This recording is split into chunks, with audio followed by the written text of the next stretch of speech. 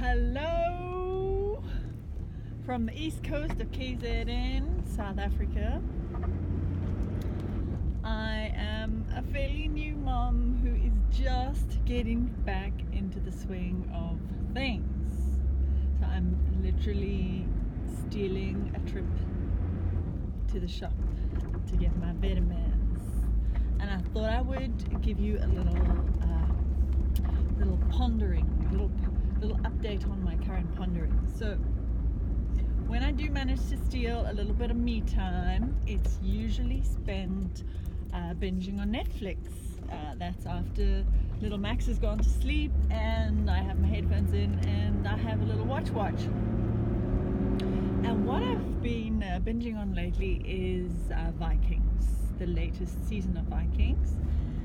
And I just love Vikings. I mean, firstly, who doesn't love the name Ragnar Lothbrok?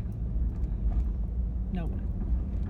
But actually, the main thing that I love about Vikings is how men and women are as important as each other. I don't want to say equal because they're not equal, they're different. You know, that's a whole argument, a whole discussion. But they aren't, one isn't more important than the other. Like Lagertha, who's the queen, she's just in charge when she's the queen. It's not like,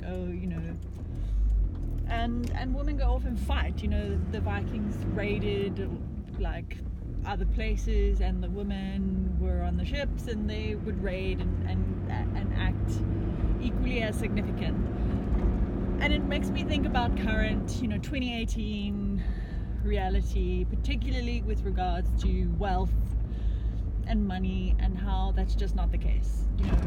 The most generous statistic that I come across is that women have, for every $1 that a man owns, so in wealth, women have 30 cents. That's the most generous.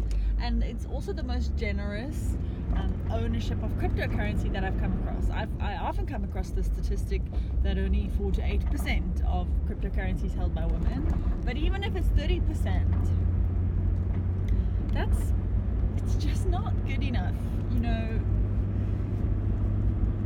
We are very possibly seeing our generation's version of the dot-com boom. Maybe you were too young to benefit from the dot-com boom. Maybe you just didn't. You were able to, but you didn't.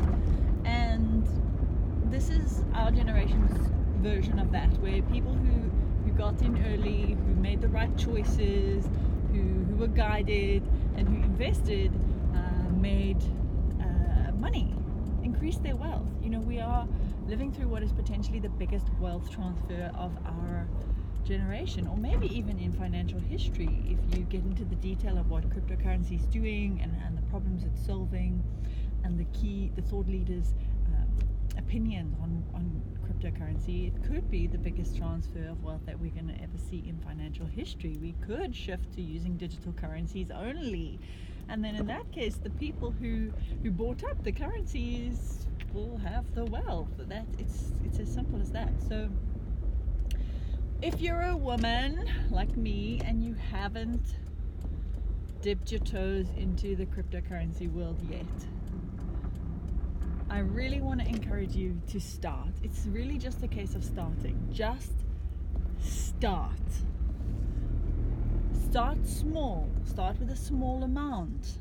There's very little to lose. I mean, if you spend or you invest the same amount of money that you would going out for dinner on a Friday night, and something goes wrong, all you've lost is Friday night dinner. Like, that's not that scary, right? Women are typically risk averse. That's the thing. It's why insurances are cheaper for, car driving insurances are cheaper for women, because we don't take that much risk. As much risk. Women are typically statistically better investors because they don't take that much risk. But if you are so risk averse that you don't even start, then you've got no opportunity to benefit. And that's really the encouragement I want to give you, is just make a start and learn as you go. That's the way to do it. I beg you, please. Looking forward to helping you.